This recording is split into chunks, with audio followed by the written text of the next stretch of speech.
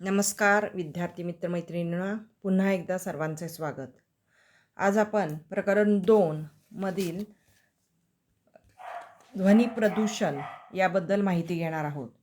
थोडक्यात आपण थोडीशी उजळणी करणार आहोत की प्रकरण 2 जे आपण बघितलं की पर्यावरणीय प्रदूषण, ज्याला आपण इंग्लिशमध्ये एन्व्हायरमेंटल पोल्युशन असं म्हणतो, त्याच्यामध्ये आपण पहिलं बघितलं ते म्हणजे वायू प्रदूषण, दुसरं होतं हवामान बदल, तिसरं मृदा प्रदूषण आणि आज आपण जे बघतोय ते म्हणजे ध्वनी प्रदूषण म्हणजेच नॉईज पोल्युशन. आता मित्रमैत्रिणींनो, हे नॉईज पोल्युशन किंवा ध्वनी प्रदूषण म्हणजे नक्की काय? तर आपण साध्या सोप्या भाषेत त्याला आवाज असं म्हणतो. मग आवाजाचं होणारं प्रदूषण ते का होतं, कसं होतं, याच्याबद्दल आज आपण थोडक्यात माहिती घेतोय. आता तुम्ही इथं बघाल ध्वनी प्रदूषण, जसं मी म्हटलं की नॉईज पोल्युशन. नॉईज हा शब्द लॅटिन नॉशिया या शब्दापासून आलेला आहे. म्हणजे काय? तर त्याचा अर्थ असा आहे की अनावश्यक किंवा अप्रिय आवाज. म्हणजे थोडक्यात काय, की आपल्याला नको असलेला आवाज की ज्याच्यामुळे आपण अस्वस्थ होतो, असा आवाज म्हणजे तर ध्वनी प्रदूषण. ध्वनी म्हणजे चुकीच्या वेळी, चुकीच्या ठिकाणी, चुकीचा आवाज म्हणून परिभाषित केली जाऊ शकते. तर आता आपण इथं बघितलं की ध्वनी प्रदूषण म्हणजे थोडक्यात जर आपण ध्वनी प्रदूषणाची व्याख्या बघितली की आपल्याला नको असलेला, आपल्याला अस्वस्थ करणारा आवाज म्हणजेच ध्वनी प्रदूषण. आता हे ध्वनी प्रदूषण कशामध्ये मोजलं जातं, त्याचा एकक काय आहे? तर आज आपण आता इथं बघतोय की आवाज हा डेसिबल DB या एककामध्ये मोजला जातो. मग आता हा डेसिबलमध्ये मोजला जातो, त्याचं कशा पद्धतीनं? तर आपण इथं बघतो की 80 डेसिबलच्या पुढचा जो काय आवाज आहे तो गोंगाट बनू शकतो, कारण यामुळे आपल्या श्रवणसंस्थेत हानी पोचते. जागतिक आरोग्य संघटनेने शहरासाठी सुरक्षित आवाजाची पातळी 45 DB इतकी निश्चित केली आहे.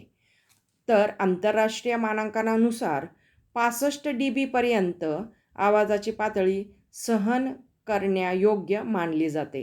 म्हणजे एक लक्षात घ्या की हा जो ध्वनी आहे, हा जो नको असलेला आवाज आहे, याचा खूप मोठ्या प्रमाणात विपरीत परिणाम होतो आणि त्यामुळं आपल्याला ते मानांकन ठरवून दिलेलं आहे की किती DBच्या पुढं आपण तो आवाज सहन करू शकत नाही.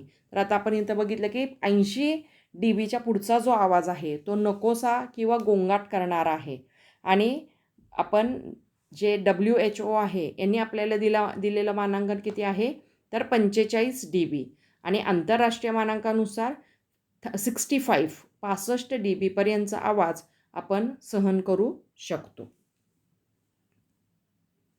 आता मगाशी मी जसं म्हटलं की मानांकन. आता मानांकन म्हणजे नक्की काय आहे? ध्वनीचे मानांकन असं आपण किंवा ध्वनी मानके म्हणजेच काय? तर जीवनशैली आणि मानांकनानुसार जगातील वेगवेगळ्या देशांची स्वतःची ध्वनी प्रदूषणाची मानके ठरली आहेत. भारतात ब्युरो ऑफ इंडियन स्टँडर्डने औद्योगिक क्षेत्रातील ध्वनी पातळी 45 ते 60 DB दरम्यान ठेवण्याची शिफारस केली आहे. तर व्यावसायिक सुरक्षा आणि आरोग्य कायद्यानुसार सर्वत्र स्वीकारलेली मर्यादा पातळी ही प्रतिदिनी 90 DB 9 तासांसाठी, 95 DB 4 तासांसाठी, 100 DB 2 तासांसाठी आणि 115 DB 15 मिनिटांसाठी. म्हणजे या मानके जी आहेत, या मानकांवरनं तुमच्या लक्षात आलं असेल की आवाज जर वाढला आणि तो जर घातक असेल तर त्याचा काय परिणाम होऊ शकतो आपल्या शरीरावरती, हे या मानके जे आहे त्याच्यावरनं लक्षात येईल तुमच्या की 115 DBचा जर आवाज असेल तर आपण तो फक्त 15 मिनिटे सहन करू शकतो. त्याच्यापेक्षा जास्त सहन करण्याची क्षमता आपल्यामध्ये नाही आहे. पण आज आपण कळत आवाजाची पातळी किती ठेवतो, किती आहे, याच्याकडं आपण पूर्णपणे दुर्लक्ष केलेलं आहे. पूर्णपणे आपण दुर्लक्ष करतो की बाबा हा जो आम्ही आवाज आहे किंवा जे आम्ही आवाजाचा मानांक जे मानके दिलेली आहेत त्याच्यापेक्षा आमचा आवाज किती वाढलेला आहे आणि याचा काय परिणाम होईल याचा खरंच हे अभ्यास केल्यानंतर आपण विचार करायला पाहिजे की ही जी ध्वनी प्रदूषण आहे किंवा हे ध्वनी जर वाढला तर त्याचा काय परिणाम होतो हे तुमच्या आत्ता लक्षात येईल. त्यामुळे ही जी मानांकन आहेत याचं नीट निरीक्षण करा, ते लक्षात ठेवा, त्याच्यावरती अभ्यास करा. म्हणजे आपण जसं मी मगाशी म्हटलं की आपण काही गोष्टी न कळत काही गोष्टी करून जातो आणि त्याचे काय परिणाम होऊ शकतात हे तुम्हाला इथे समजेल. आता इथं तुम्हाला एक तक्ता बघायला मिळेल की ज्याच्यामध्ये स्त्रोत आणि साधारणपणे किती डेसिबलचा तो आवाज ऐकू शकतो आपण. तर आता इथं तुम्ही बघताय की हा जो तक्ता आहे याच्यामध्ये श्वास हा आपण किती डेसिबल आहे त्याचा आवाज तर 10. त्यानंतर नंबर 2 कुजबूज याचा किती डेसिबलचा आवाज आहे तर 20 ते 30. ग्रंथालय 30 ते 35. कमी आवाज रेडिओ 35 ते 40. सामान्य भाषण 35 ते 60. ऑफिसचा आवाज 60 ते 80. रहदारी 50 ते 90. धावणारी मोटरसायकल 115 ते 120. आणि जेट विमानाचे उड्डाण याचा आवाज किती डेसिबलपर्यंत वाढतो तर 140 ते 150. आणि अंतराळ रॉकेटचे प्रक्षेपण हे 160 ते 180 डेसिबलपर्यंत त्याचा आवाज असतो. म्हणजे याचा आवाज किती पटीनं वाढलेला असतो हे आपल्याला लक्षात येईल. इथं डेसिबल स्केलवरील काही ध्वनी स्रोतांची तीव्रता आपण या तक्त्यामध्ये बघितलेली आहे. याच्यावरून तुमच्या लक्षात येईल की कशा पद्धतीनं आवाजाचं मोजमाप आपण करू शकतो. आता आपण ध्वनी प्रदूषणाची व्याख्या बघितली, ध्वनी प्रदूषणाची मानके बघितली. आता ध्वनी प्रदूषणाची कारणं काय आहेत हे आपण बघणार आहे. तर आता इथं तुम्हाला पहिलं दिसेल की शहरी भागातील सभोवतालच्या आवाजाची पातळी प्रामुख्याने मानवनिर्मित स्रोतांद्वारे वाढत आहे. बघा, हे जे ध्वनी प्रदूषण आहे याचं मुख्य कारण आहे ते म्हणजे मानवनिर्मित स्रोत. आणि ह्याच कारणांमुळं आज प्रचंड प्रमाणामध्ये आवाजाचं प्रदूषण, ध्वनी प्रदूषण वाढलेलं आहे. नंबर 2, तंत्रज्ञानाच्या विकासाचा प्रमुख तोटा म्हणजे ध्वनी प्रदूषण. मग आज आम्ही तंत्रज्ञानाचा तोटा म्हणजे काय आहे तर ध्वनी प्रदूषण होते हे यावरून आपल्या लक्षात येते. नंबर 3 आहे आवाजाची तीव्रता दाट लोकवस्तीच्या क्षेत्रात, उदाहरणार्थ महानगर, शहरे, औद्योगिक क्षेत्र, विमानतळ, रेल्वे स्थानके, बस स्थानके इत्यादीमध्ये जास्त असते. त्यानंतर पुढचं आहे TV, रेडिओ, स्वयंपाकघरातील उपकरणे, वॉशिंग मशीन, मिक्सर, ग्राइंडर यासारख्या घरगुती उपकरणे व फटाके प्रामुख्याने ध्वनी प्रदूषणास जबाबदार असतात. आता याच्यानं तुमच्या लक्षात येईल की आपण जो TV लावतो हा आपल्यापुरता आवाज न ठेवता आपले शेजारीसुद्धा ऐकतात. म्हणजे यामुळं किती मोठ्या प्रमाणामध्ये आपण ध्वनी प्रदूषण घडवून आणतो. औद्योगिक क्षेत्रात अवजड यंत्रसामुग्रीच्या उच्च गतीमुळे वेगवेगळ्या तीव्रतेचे आवाज निर्माण होतात.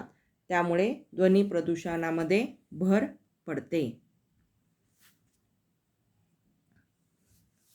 आता या ध्वनी प्रदूषणाचे परिणाम काय होतात हे अभ्यास करणं खूप गरजेचं आहे. हे आपल्याला माहीत असायला पाहिजे. हे अभ्यास करायला पाहिजे. याच्यामध्ये पहिलं जर आपण बघितलं की ध्वनी प्रदूषणाचा लोकांच्या आणि प्राण्यांच्या आरोग्यावर विनाशकारी परिणाम नोंदवला गेला आहे. सततचा ध्वनी एखाद्या माणसावर शारीरिक आणि मानसिकदृष्ट्या परिणाम करतो. म्हणजे ध्वनी प्रदूषणाचा फक्त लोकांवरतीच परिणाम झाला नाही तर त्याचा प्राणी पक्ष्यांवरतीही खूप मोठ्या प्रमाणामध्ये परिणाम झालेला आहे. वाढत्या ध्वनी प्रदूषणामुळे प्राणी आणि पक्षी विस्थापित होतात, स्थलांतरित होतात, कारण त्यांना तो आवाज जो आहे तो न सहन होणार आहे आणि त्याचा परिणाम प्राणी आणि पक्ष्यांवरती सुद्धा झालेला आहे. आणि सगळ्यात जास्त परिणाम होतो तो म्हणजे मानवी आरोग्यावरती, तोही शारीरिक आणि मानसिकदृष्ट्या. त्यानंतर पुढचं आहे आवाजामुळे मुलांची शारीरिक आणि मानसिक आरोग्य बिघडते. वृद्ध व्यक्तींना ध्वनी प्रदूषणामुळे रक्तदाब वाढून त्रास होतो. बघा, लहान मुलांवरती त्यांच्या शारीरिक आणि मानसिक आरोग्यावरती खूप मोठ्या प्रमाणामध्ये ह्या ध्वनी प्रदूषणाचा परिणाम होतो. तर वृद्ध जी लोकं आहेत त्यांचा रक्तदाब, म्हणजे आता आपण ज्याला ब्लड प्रेशर असं म्हणतो, आणि हे वाढू शकतं.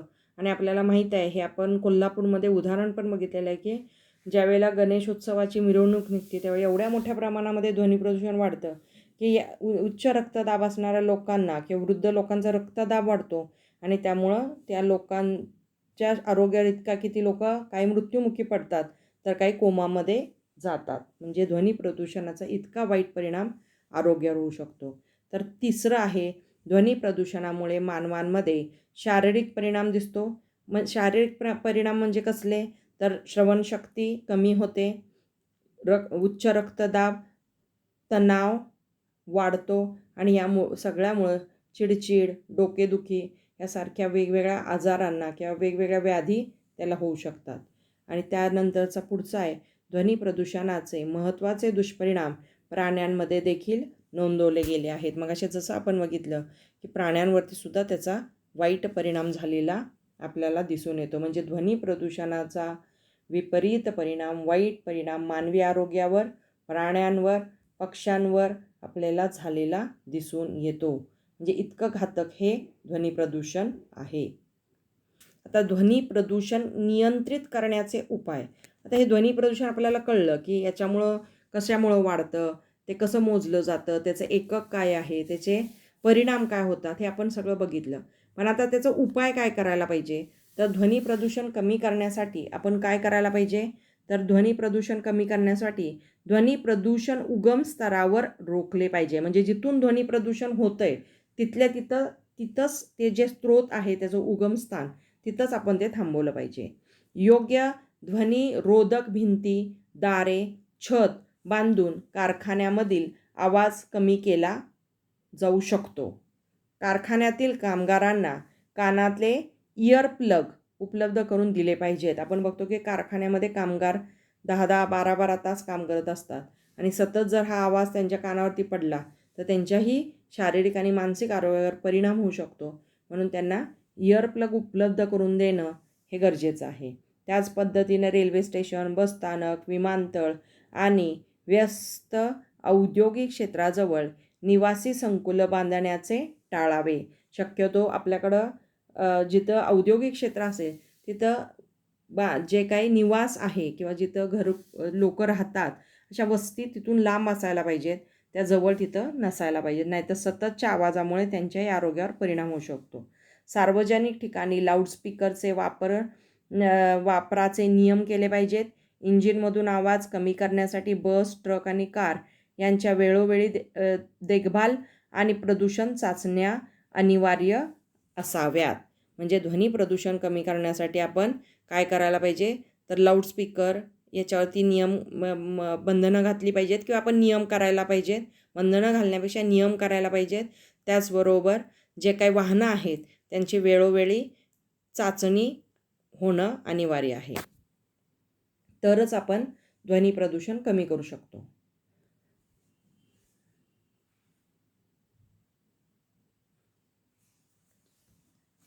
आता आपण याच्यामध्ये पुढचा मुद्दा बघणार आहे, तो म्हणजे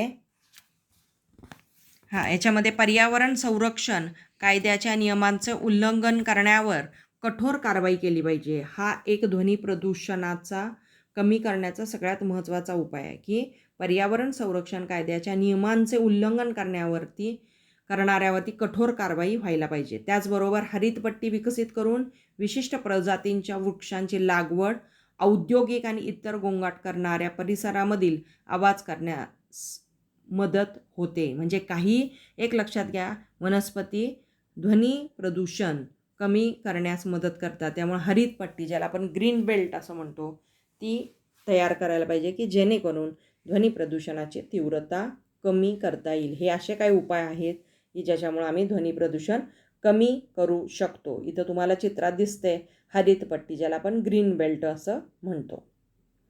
आता ध्वनी प्रदूषण नियंत्रण नियम 2017 भारत सरकारने ठरवून दिलेल्या वेगवेगळ्या विभागांसाठी उच्च ध्वनी पातळीचे निकष या नियमांचे पालन केले आहे.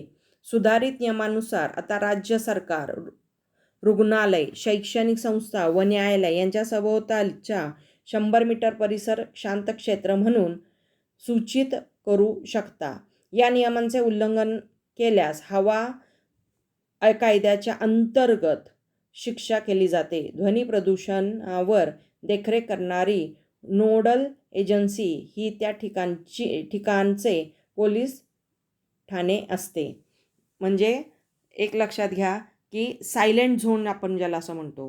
मग ह्या सायलेंट झोनमध्ये काय काय येतं तर रुग्णालय, शैक्षणिक संस्था, त्यानंतर न्यायालय ही सगळी काय येतात सायलेंट झोनमध्ये. तिथले नियम वेगळे आहेत आणि तिथं 100 मीटरच्या आतलं जे क्षेत्र आहे ते शांतता क्षेत्र सायलेंट झोन म्हणून घोषित केलेलं आहे. आणि तिथं जर नियमाचे पालन केले नाही तर त्याच्यावरती दंडात्मक कारवाई होऊ शकते.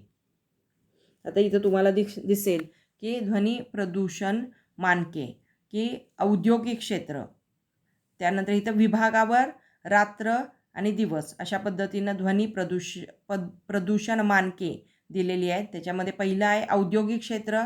हे रात्र 10 ते पहाटे 6 तिथं 75 आणि दिवसा 6 ते 10 70. त्यानंतर व्यावसायिक क्षेत्र 65 dB आणि दिवसा 55 dB. निवासी क्षेत्र 55 dB तर दिवसा 45 dB. तर शांतता क्षेत्रमध्ये 50 dB रात्री आणि 40 dB दिवसा अशा पद्धतीची मानके ठरवून दिलेली आहेत की ज्याच्यामुळं ध्वनी प्रदूषण आपल्याला कमी करता येईल.